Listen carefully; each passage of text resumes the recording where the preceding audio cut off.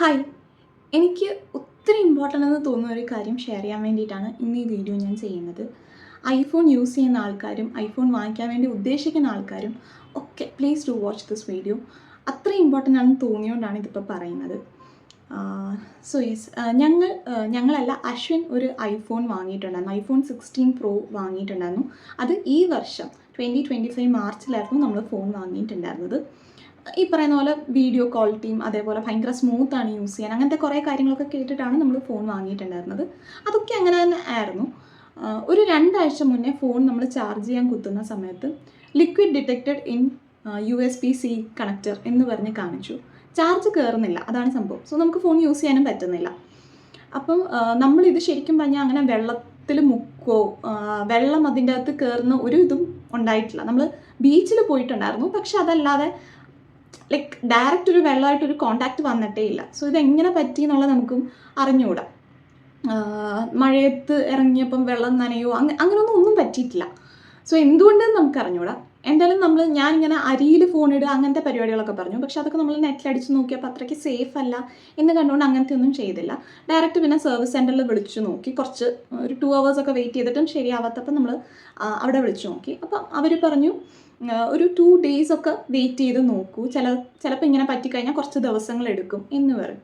അങ്ങനെ പിന്നെ 2 ദിവസത്തേക്ക് നമുക്ക് ഫോൺ യൂസ് ചെയ്യാൻ പറ്റില്ല, ചാർജ് ഇല്ലാത്തതുകൊണ്ട് യൂസ് ചെയ്യാൻ പറ്റിയില്ല. അങ്ങനെ അത് കഴിഞ്ഞ് നമ്മൾ ഈ സൺഡേ ആണ് ഫോൺ, ഞങ്ങൾ നിൽക്കുന്ന കാലിക്കറ്റിലാണ്. സോ ഇവിടെ ഹൈലൈറ്റ് മോളിലുള്ള ഒരു സർവീസ് സെൻ്ററിലായിരുന്നു നമ്മളത് കൊണ്ടുപോയിട്ടുണ്ടായിരുന്നത്. ഇമേജ് എന്നോ മറ്റാണ് അതിൻ്റെ പേര്. സോ അവിടെ കൊണ്ടുപോയിട്ടുണ്ടായിരുന്നു. സൺഡേ അൺഫോർച്ചുനേറ്റ്ലി നമുക്ക് സർവീസ് അന്ന് അവിടെ ഇല്ലായിരുന്നു. പക്ഷേ കട ഓപ്പൺ ആയിരുന്നു. സോ നമ്മളവിടെ കൊണ്ടുപോയി കാണിച്ചു കഴിഞ്ഞപ്പോഴത്തേക്ക് അവർ പറഞ്ഞു, ആദ്യം നമ്മൾ ഡീൽ ചെയ്ത ഒരു പുള്ളി എന്ന് പറയുന്നത് എനിക്ക് തോന്നുന്നു പുതിയ ഒരാളായിരുന്നെന്ന് തോന്നുന്നത്. അപ്പം പുള്ളി നമ്മുടെ അടുത്ത് പറഞ്ഞത് വാറണ്ടി പീരിയഡിനുള്ളിലാണല്ലോ, അപ്പോൾ അതുകൊണ്ട് കുഴപ്പമില്ല, എന്താണെങ്കിലും ശരിയാക്കി തരും എന്നായിരുന്നു പറഞ്ഞിട്ടുണ്ടായിരുന്നത്. പക്ഷെ പിന്നെ വേറെ എന്തോ ഒരു കാര്യം ചോദിക്കാൻ വേണ്ടിയിട്ട് അതിൻ്റെ കുറച്ചും കൂടെ മെയിനായിട്ടുള്ള ഒരാളാണെന്ന് എനിക്ക് തോന്നുന്നു. അങ്ങനെ ഒരു പുള്ളിയുടെ അടുത്ത് നമ്മൾ പോയിട്ടുണ്ടായിരുന്നു. അപ്പം ഓൾറെഡി വേറെ 2 ആൾക്കാർ അവിടെ ഉണ്ടായിരുന്നു. എനിക്ക് തോന്നുന്നു അവർ കസ്റ്റമേഴ്സ് ആയിരിക്കണം. സോ അതുകൊണ്ട് തന്നെ ഈ പുള്ളിക്ക് നമ്മളെ ഡീൽ ചെയ്യാൻ വലിയ താല്പര്യമില്ലായിരുന്നു. നമ്മൾ കംപ്ലയിൻ്റ് ആണല്ലോ പറയുന്നത്. എന്തായാലും നമ്മൾ പോയി ഇത് പറഞ്ഞു. അപ്പം പുള്ളി ഇത് നോക്കിയിട്ട് പറഞ്ഞു, ഇത് ഹ്യൂമിഡിറ്റി കാരണം ഇങ്ങനെ വരും എന്ന് പറഞ്ഞു. അതെനിക്ക് മനസ്സിലാവുന്നേ ഇല്ല. ഇങ്ങനെ ലൈക്ക് ഹ്യൂമിഡിറ്റി കാരണം എനിക്ക് അറിഞ്ഞുകൂടാത്തതുകൊണ്ടാണ് കേട്ടോ. ഹ്യൂമിഡിറ്റി കാരണമൊക്കെ ഇങ്ങനത്തെ പ്രശ്നങ്ങളുണ്ടാവുമോ ഫോണിന്? അങ്ങനെ മഴയുള്ള സ്ഥലത്തേക്ക് ഇറക്കാൻ പാടില്ല അങ്ങനെയൊക്കെ ഉണ്ടോ ഫോണിൻ്റെ കാര്യത്തിൽ? ലൈക്ക് ഡയറക്റ്റ് ഒരു വെള്ളമായിട്ടൊരു കോണ്ടാക്റ്റ് വരുവാണെങ്കിൽ ഓക്കെ, നമുക്കത് മനസ്സിലാക്കാം. പക്ഷേ ഇത് ഈർപ്പമുള്ള സ്ഥലത്ത് വെച്ചാൽ പ്രശ്നം. അങ്ങനെ നമ്മൾ വെച്ചിട്ടില്ല. പിന്നെ ഈ മഴയുള്ള, ഇപ്പം എല്ലാവർക്കും അറിയാമല്ലോ മഴയുള്ളൊരു സമയമാണ്, അതുകൊണ്ട് ഫോണിനൊരു പ്രശ്നം വരും എന്നുള്ള എന്തായാലും നമുക്ക് നല്ല രീതിയിൽ ഇതായി. അതിനുശേഷം അയാൾ പറഞ്ഞു, ആ പുള്ളി നമ്മുടെ അടുത്ത് പറഞ്ഞു, ഇത് വാറണ്ടി പീരീഡിനകത്താണെങ്കിൽ ഫ്രീ ആയിട്ട് അത് ശരിയാക്കും. ഇൻ കേസ് ഇത് മദർ ബോർഡിന് എന്തെങ്കിലും പ്രശ്നം വന്നിട്ടുണ്ടെങ്കിൽ അത് ഇതിൻ്റെ അത് കവർ ആവത്തില്ല.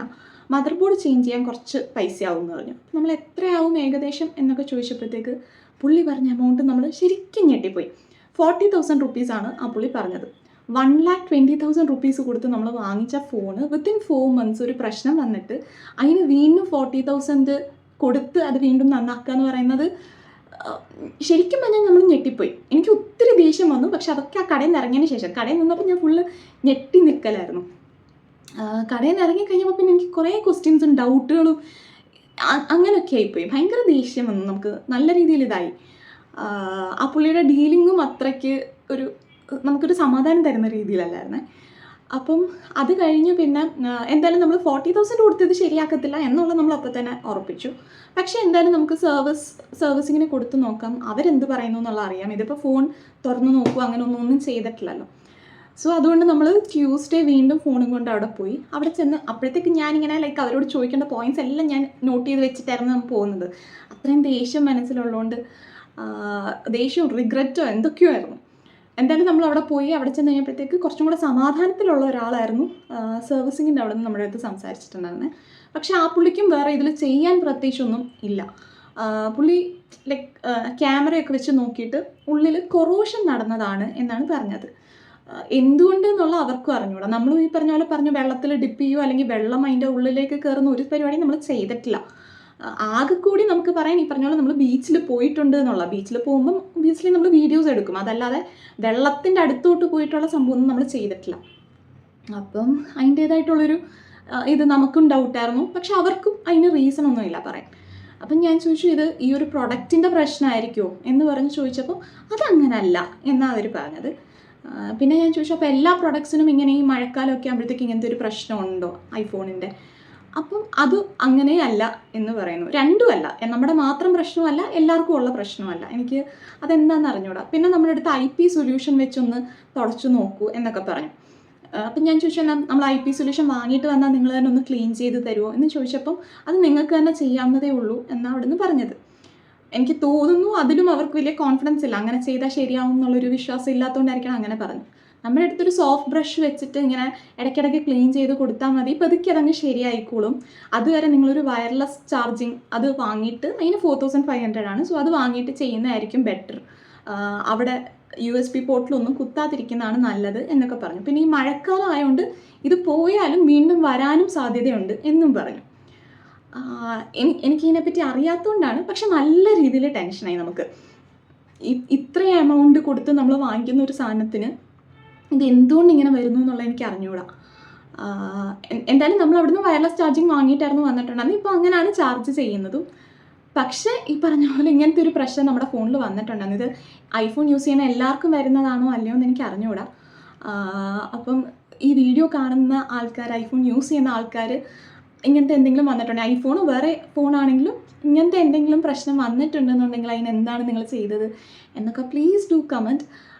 എന്നുവെച്ചാൽ നമുക്ക് അറിഞ്ഞുകൂടെ, ഇത് ഇങ്ങനൊരു പ്രശ്നം വന്നപ്പോഴത്തേക്ക് നല്ല ടെൻഷനായി, നമുക്ക് ഭയങ്കര റിഗ്രറ്റ് ആയിപ്പോയി. ഇങ്ങനൊരു നമ്മൾ ഒത്തിരി വിശ്വസിച്ചാണല്ലോ നമ്മൾ ഇത്രയും എമൗണ്ട് കൊടുത്തിട്ടൊരു ഫോൺ വാങ്ങിക്കുന്നത്, അതും ആപ്പിൾ ഐഫോൺ എന്നൊക്കെ പറയുമ്പോഴേ നമ്മൾ നല്ല രീതിയിൽ വിശ്വസിക്കുന്നത്. പക്ഷേ എനിക്ക് തോന്നുന്നു ഇതിനെക്കാട്ടിലും മച്ച് ബെറ്റർ ആണെന്ന് തോന്നുന്നു ചൈനീസ് ഫോൺസ്.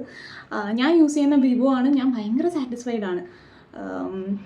അപ്പം ഇത് ഒരു 1 ഇയറിനുള്ളിലാണ് ഈ ഒരു പ്രശ്നം വന്നിട്ടുള്ളത്. 1 ഇയർ വിത്തിൻ 4 months ആണ് ഈ ഒരു പ്രശ്നം വന്നിട്ടുള്ളത്. ഇതപ്പോൾ ഈ ഒരു പ്രൊഡക്റ്റിൻ്റെ പ്രശ്നമാണ് എന്ന് തന്നെയാണ് എനിക്ക് തോന്നുന്നത്.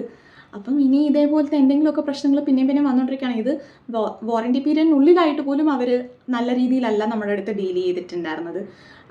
ഇത് ശരിയാവും എന്ന് പറയുന്നതല്ലാതെ നമുക്കൊരു അതിനൊരു റിപ്ലേസ്മെൻറ്റോ അല്ലെങ്കിൽ ഇതൊന്ന് പ്രോപ്പറായിട്ട് റെക്ടിഫൈ ചെയ്ത് തരുമോ ഒന്നും ചെയ്തിട്ടില്ലായിരുന്നു. സോ അതുകൊണ്ട് തന്നെ നമുക്കൊരു ഇതായിപ്പോയി, ഇത്ര എമൗണ്ട് ഇൻവെസ്റ്റ് ചെയ്യുന്നതിൻ്റെ ഒരു സങ്കടമായിപ്പോയി. അപ്പോൾ ഈ വാറൻറ്റി പീരീഡും കൂടെ കഴിഞ്ഞിട്ട് നമ്മൾ എന്തായാലും ഒരു ഫോൺ വാങ്ങിക്കുന്ന 1 ഇയറിലേക്കെന്ന് വിചാരിച്ചിട്ടല്ല, അറ്റ്ലീസ്റ്റ് ഒരു 4 ഇയേഴ്സിലേക്കെങ്കിലും യൂസ് ചെയ്യണമെന്ന് വിചാരിച്ചിട്ടാണ് നമ്മൾ ഇത്ര എമൗണ്ട് ഇൻവെസ്റ്റ് ചെയ്തൊരു ഫോൺ വാങ്ങിക്കുന്നത്. അപ്പോൾ ഇങ്ങനെ ഒരു പ്രശ്നം വന്നത് നല്ല രീതിയിൽ സങ്കടമായി, ദേഷ്യമായി, എല്ലാം ആയി. സോ അതുകൊണ്ട് ഐഫോൺ വാങ്ങിക്കാൻ ഉദ്ദേശിക്കുന്ന ആൾക്കാരൊക്കെ നല്ലോണം ചിന്തിച്ചിട്ട് മാത്രം എമൗണ്ട് ഇൻവെസ്റ്റ് ചെയ്യുക. അതേപോലെ യൂസ് ചെയ്യുന്ന ആൾക്കാരാണെങ്കിൽ ഇങ്ങനത്തെ എന്തെങ്കിലും പ്രശ്നം നിങ്ങൾക്ക് വന്നിട്ടുണ്ട് എന്നുണ്ടെങ്കിൽ അത് ഒന്ന് കമൻറ്റ് ചെയ്യുക, എങ്ങനെ അത് സോൾവ് ആക്കിയെന്നുള്ളത്. ഇതിന് ഇവിടുത്തെ സർവീസ് സെൻറ്ററിൽ അങ്ങനെ പറഞ്ഞ അവരുടെ ഭാഗത്തു നിന്നുള്ള ഇതാണോന്നും എനിക്ക് അറിഞ്ഞുകൂടാ. എന്തായാലും നമ്മൾ ഭയങ്കരമായിട്ട് ഒട്ടും സാറ്റിസ്ഫൈഡ് അല്ലായിരുന്നു ഇങ്ങനത്തെ ഒരു ഇത് വന്നതിൽ. യെസ്, സോ അത്രയേ ഉള്ളൂ ഇന്നത്തെ വീഡിയോ. എനിക്ക് അത് ഷെയർ ചെയ്യണമെന്ന് തോന്നി, സോ അതുകൊണ്ട് പറഞ്ഞാണ്. Thank you for watching.